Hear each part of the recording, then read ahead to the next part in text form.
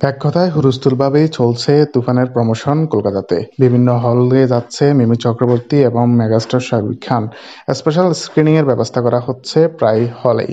সব মিলিয়ে যদিও বাংলাদেশের মতো তেমন একটা রেসপন্স দেখা যাচ্ছে না, তবে কলকাতার মানুষ বাংলা সিনেমাকে কম দেখে এবং কি সে সময়েও বেশ ভালো একটি রেসপন্স পাচ্ছে তুফান সিনেমাটি। কিছু সংখ্যক হলমুখী হচ্ছে দর্শকরা। তুফান সিনেমাটি একটা ফাক্কা কমার্শিয়াল সিনেমা বলে তারা আখ্যা দিচ্ছে।